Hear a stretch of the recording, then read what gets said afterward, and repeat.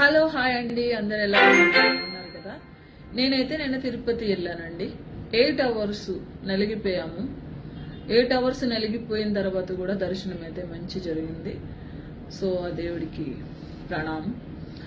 అయితే యాక్చువల్లీ నా దర్శనం అయితే వేరే దర్శనము. నేను 10:30 కల్లా నేను వెళ్ళాలి. సో నేను లేట్ అయిపోవడం వల్ల నాకు తెలియక నేను 300 రూపీస్ దర్శనంలోకి వెళ్ళిపోయాను. ఓకే, తర్వాత వెళ్ళిన తర్వాత నేను ఎందుకు వచ్చానో నాకు తెలియదని చెప్పి నేను ఫీల్ అవుతున్నప్పుడు దేవుడు కావాలని పంపించుంటాడేమో ఈ వీడియో చేయడం కోసమే. ఎందుకంటే అండి 8 hours నలిగిపోయాం.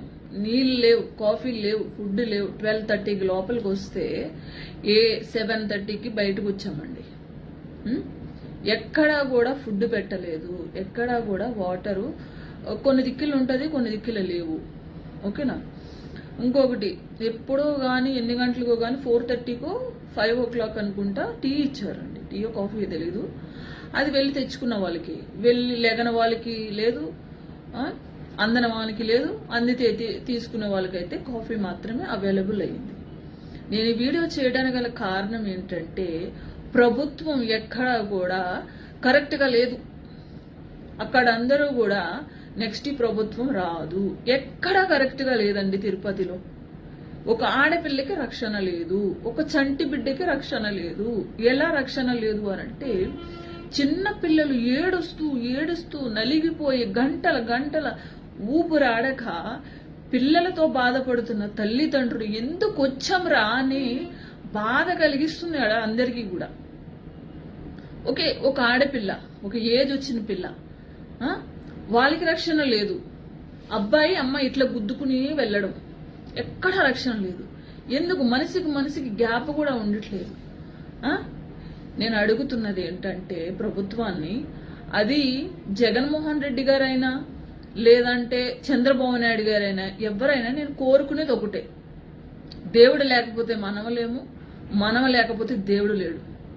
కాబట్టి భక్తులకి రక్షణ, వాళ్ళకి మంచి దర్శనాలు చేపించాలని, లైన్లో ఉన్న వాళ్ళకి ఎక్కువసేపు అలా నిలబెట్టడం కరెక్ట్ కాదు. ఎందుకంటే ఏజ్డ్ వాళ్ళు ఉన్నారు, చిన్నపిల్లలు ఉన్నారు, బాధలతో ఉన్న వాళ్ళు. దయించి ఎవ్వరికి కూడా ఇట్లాగా బాధ పెట్టొద్దని నేను ప్రభుత్వాన్ని కోరుకుంటున్నాను.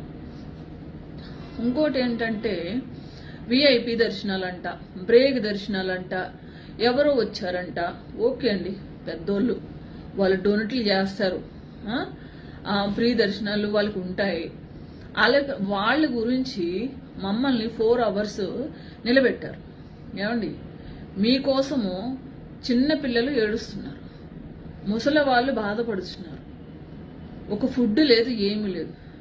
మమ్మల్ని నిలబెట్టి మీరు వెళ్ళి విఐపి దర్శనాలు చేసుకున్నంతరాన్నే ఏమి పుణ్యం వచ్చేసేదండి.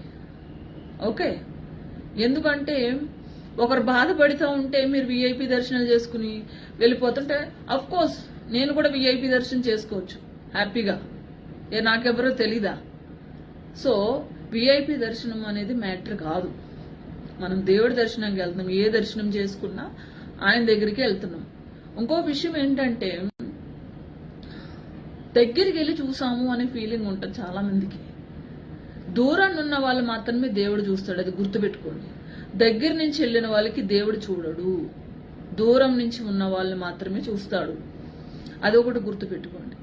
నేను ఎంత బాధపడుతున్నానంటే వీడియో చేయడానికి గల కారణం కూడా అదే.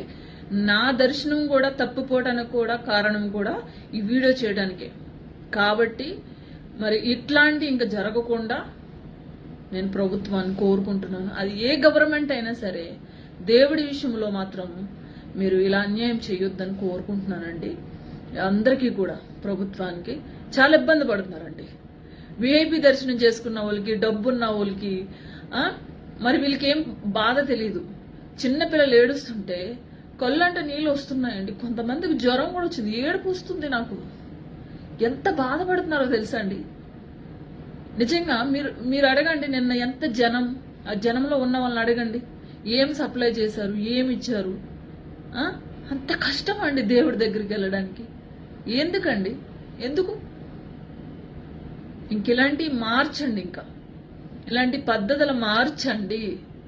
భక్తులందరికీ కూడా ఇబ్బంది కలగకుండా దయించి మీరందరూ సహాయం చేస్తారని ఈ వీడియో చేస్తున్నాను. ఓం నమో నారాయణ.